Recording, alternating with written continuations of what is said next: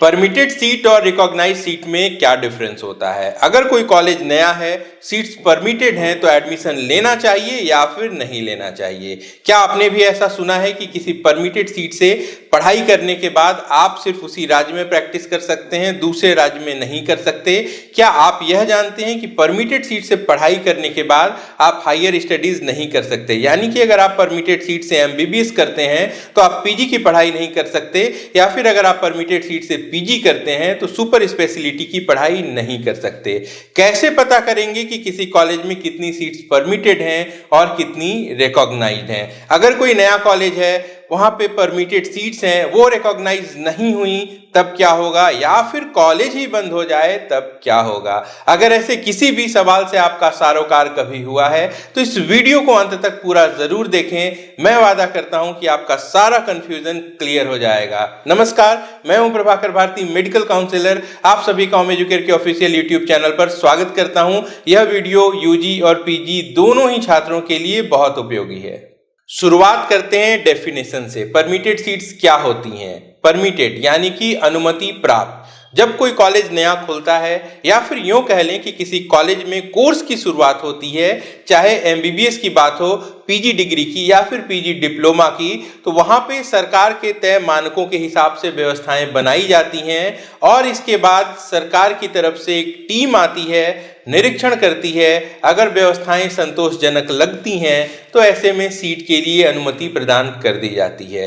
पहले यह काम एमसीआई के जिम्मे था, अब एमसीआई की जगह एनएमसी आ चुका है और एनएमसी का एक अलग विंग है MARB, medical assessment and rating board. इसी की जिम्मेदारी होती है कि यह कॉलेजेस की परमिशन को अप्रूव करे।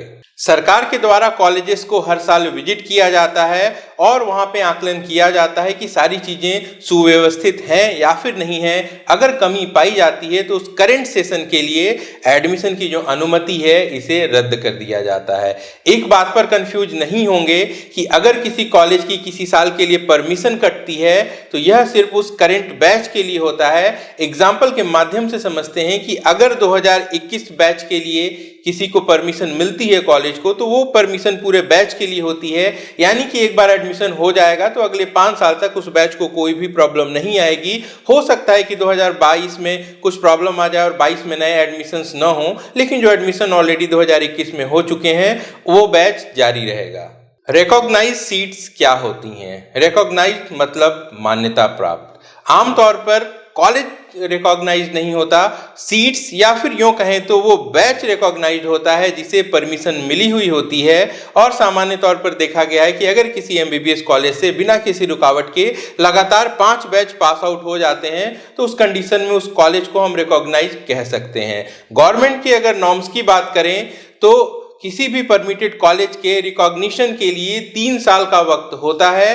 बट पीजी में तो देखा गया है कि 3 साल में परमिशन मिल जाता है, लेकिन एमबीबीएस के केस में यह देखा गया है कि जब पहला बैच पास आउट होता है तब जाके उस कॉलेज को रिकॉग्निशन दे दी जाती है। लेकिन ये जो रिकॉग्निशन होती है ये इसके पहले बैच के लिए होती है। एग्जाम्पल के लिए आपको मैं दिखाता हूँ, हरियाणा का एनसी मेडिकल कॉलेज जो कि 2016 में खुला था, अगर आप इसकी करंट स्टेटस जाके एनएमसी पर देखते हैं तो यहाँ पे यह बात लिखी हुई है कि recognise for 150 seats in respect of students admitted in 2016 to 17 batch. अब यहाँ पे एक सवाल भी उठता है, अगर पहले साल परमिशन मिली लेकिन बाद के साल में अगर कुछ प्रॉब्लम हो जाए, परमिशन न मिले, ऐसे में वो जो पहला बैच है वो रिकॉग्नाइज होगा या फिर नहीं होगा? जो पहले की बात थी वो दूसरी थी, काफी समस्याएं आती थी, नहीं हो पाती थी रिकॉग्निशन और स्टूडेंट को बहुत ज्यादा दिक्कत का सामना करना पड़ता था। बट अभी पिछले 3-4 साल में अगर आप रिकॉर्ड उठाकर देखेंगे तब आपको यह बात पता चलेगी कि किसी भी कॉलेज में अगर बाद के साल में परमिशन नहीं भी मिलती है तो जो पहला बैच परमिटेड होता है उसे टाइमली यानी कि उनके पास होते होते रिकॉग्निशन मिल जाती है। फिर से एग्जाम्पल के लिए आपको हरियाणा लेकर चलता हूं, वर्ल्ड मेडिकल कॉलेज जो कि झज्जर में है, 2016 का यह भी कॉलेज है, लेकिन 2017, 2018 और 2019 में यहाँ पे परमिशन नहीं मिली थी एडमिशन के लिए। जो सेकेंड बैच है इनका वह 2020 में आया था, लेकिन 2021 के लिए अगर आप एनएमसी पे स्टेटस इनका चेक करते हैं तो यहाँ पर भी वही बात लिखी हुई है, recognised for 150 seat in respect of student admitted in 2016 to 17 batch. यानी यानी कि आपको आगे की चिंता नहीं करनी है। अगर करंट ईयर में उस बैच की परमिशन है तब एडमिशन के लिए आगे बढ़ा जा सकता है। रिकॉग्निशन क्यों जरूरी है? अगर आप किसी परमिटेड सीट से एमबीबीएस की पढ़ाई कर रहे हो और आपके कोर्स के खत्म होने के बाद भी वह बैच रिकॉग्नाइज न हो, तब आप पीजी में एडमिशन नहीं ले सकते हैं। इसी तरीके से अगर परमिटेड सीट से पीजी कर रहे हो और पास आउट होने के समय तक अगर वह बैच रिकॉग्नाइज न हुआ हो, तब आप आगे की पढ़ाई यानी कि सुपर स्पेशलिटी के कोर्सेज में एडमिशन के लिए एलिजिबल नहीं होंगे। अब आप ये सोच सकते हैं कि फिर तो रिकॉग्नाइज सीट पर ही एडमिशन लेना जरूरी है। मैं कहूंगा नहीं, परमिटेड सीट पर भी एडमिशन ले सकते हैं। यहाँ पे जो एक कंफ्यूजन है सबसे बड़ी, वह यह होती है कि जब हम एडमिशन लेने वाले होते हैं उस समय में उस सीट का रिकॉग्नाइज होना जरूरी है या फिर जब आप पास आउट होंगे उस समय तक उसका रिकॉग्नाइज होना जरूरी है। मैं कहूंगा कि जब आप पास आउट होंगे उस समय तक उस सीट का रिकॉग्नाइज होना जरूरी है। आसान भाषा में समझते हैं, किसी भी एमबीबीएस कोर्स में कॉलेज में अगर आप फर्स्ट ईयर में एडमिशन लेते हैं या फिर पीजी में फर्स्ट ईयर में एडमिशन लेते हैं, तब जैसे ही आपका कोर्स खत्म होगा 99% चांसेस हैं कि आपका जो बैच है वो रिकॉग्नाइज हो जाएगा। जी, मैंने 99% कहा है। यह जो 1% का रिस्क है, इसमें क्या कुछ हो सकता है, यह वीडियो के आगे के हिस्से में समझेंगे। इससे जुड़ा हुआ एक मिथ भी है जो कि YouTube पे कई सारे वीडियोस में आपने सुना होगा या किसी और माध्यम से आप तक पहुंचा होगा, जिसमें यह बताया जाता है कि अगर आप किसी परमिटेड सीट से पढ़ाई कर लें तब आप सिर्फ अपने राज्य में ही प्रैक्टिस कर सकते हैं, दूसरे राज्य में प्रैक्टिस नहीं कर सकते। यहाँ पे आधा सच है। ये बात सही है कि आप दूसरे राज्य में प्रैक्टिस नहीं कर सकते हैं, लेकिन किस कंडीशन में कि आपने जिस समय एडमिशन लिया था वो सीट परमिटेड थी और आपके पास आउट होने के बावजूद वो बैच रिकॉग्नाइज नहीं हुआ है। उस कंडीशन में दूसरे राज्य तो छोड़िए, आप अपने राज्य में भी प्रैक्टिस नहीं कर पाएंगे, लेकिन इस बात की संभावना अभी के माहौल में नहीं के बराबर है। कैसे पता करेंगे कि किसी कॉलेज में टोटल सीट्स में से कितनी रिकॉग्नाइज्ड हैं और कितनी परमिटेड हैं? एग्जाम्पल के माध्यम से समझते हैं।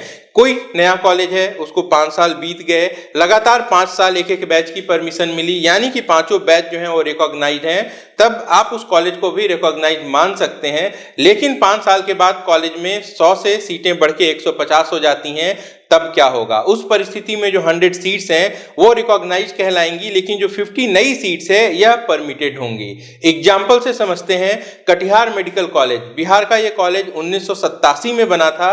जब इसकी शुरुआत हुई थी तो यहाँ पे टोटल इंटेक जो है वो 60 था।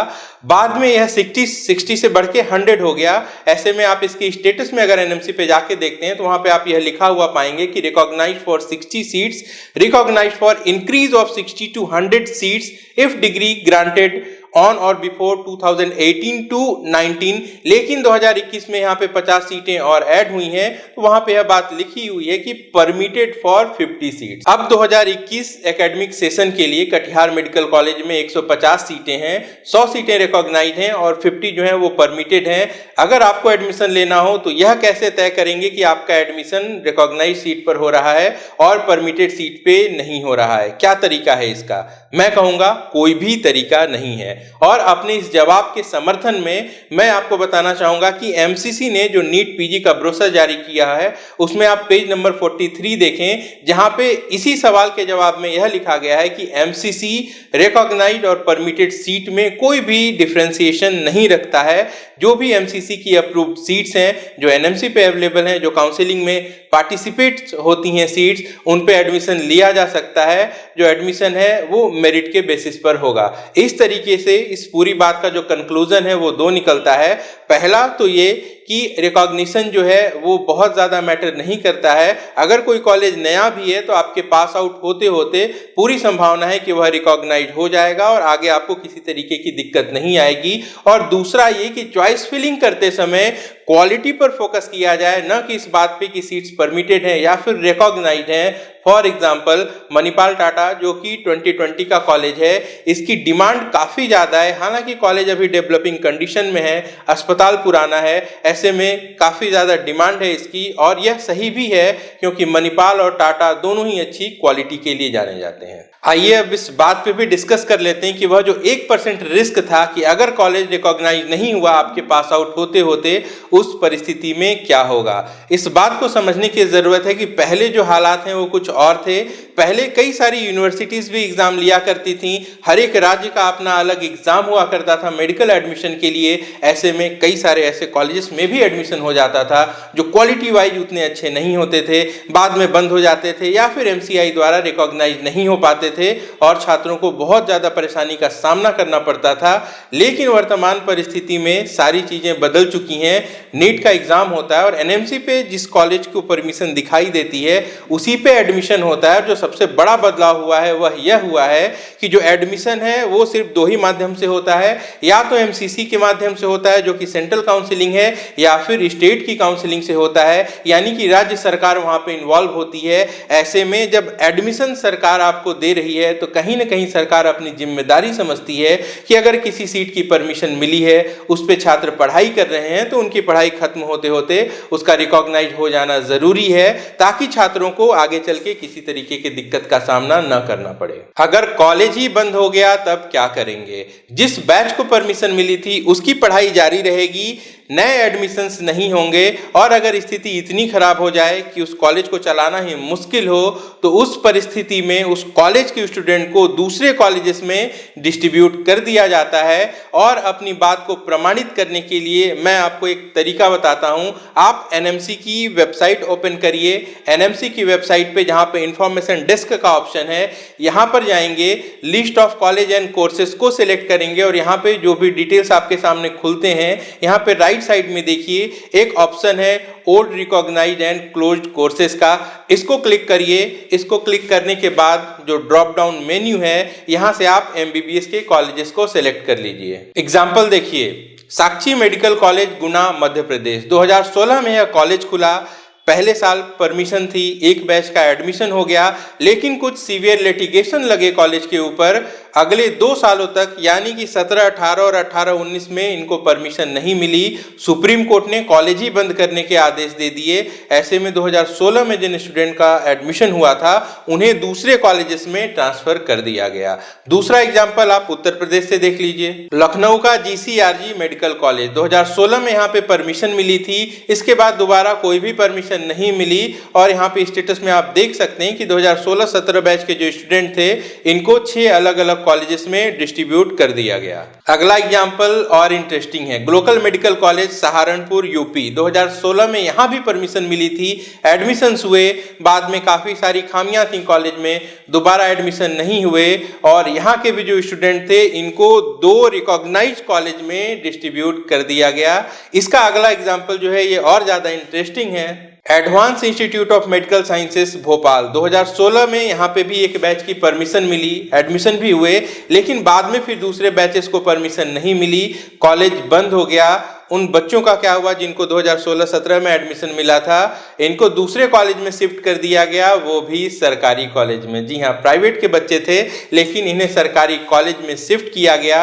यह पर्याप्त प्रूफ है इस बात का कि आपको बहुत ज़्यादा चिंता करने की ज़रूरत नहीं है कि आपको जिस सीट पे एडमिशन मिल रहा है वो सीट परमिटेड है या फिर रिकॉग्नाइज है। फाइनल कंक्लूजन क्या है, आपको चॉइस फिलिंग करते समय कॉलेज की क्वालिटी का ध्यान रखना है। अस्पताल कैसा है यह देख सकते हैं, एकेडमिक कैसा है यह देखिए, आपका वहां से आने जाने का कन्वीनियंस क्या है यह देखिए, और इस बात को भूल जाइए कि कॉलेज परमिटेड है या फिर रिकॉग्नाइज्ड है। काफ़ी वक्त लगता है रिसर्च करने में और वीडियो प्रेजेंटेशन तैयार करने में, ऐसे में 2 सेकंड का वक्त निकालिए, वीडियो को लाइक करिए और नए हैं हमारे चैनल पे तो इसे सब्सक्राइब भी जरूर कर लीजिए। और क्या करना है, और आपको अपना और अपनों का अच्छे से ख्याल रखना है। कोरोना का खतरा बढ़ रहा है, घर में रहें, सुरक्षित रहें, लोगों की मदद करें। मैं जल्द मिलता हूं नई वीडियो में नई जानकारी के साथ। नमस्कार, जय हिंद। नीट काउंसलिंग से जुड़ी पूरी जानकारी, important updates, MBBS, BDS, BAMS एवं अन्य मेडिकल कोर्सेज के admission process, data and trend analysis और टॉप कॉलेज की संपूर्ण जानकारी एक ही प्लेटफॉर्म पर। सब्सक्राइब करें ओम एजुकेयर चैनल को और पाएं सटीक और विश्वसनीय जानकारियां।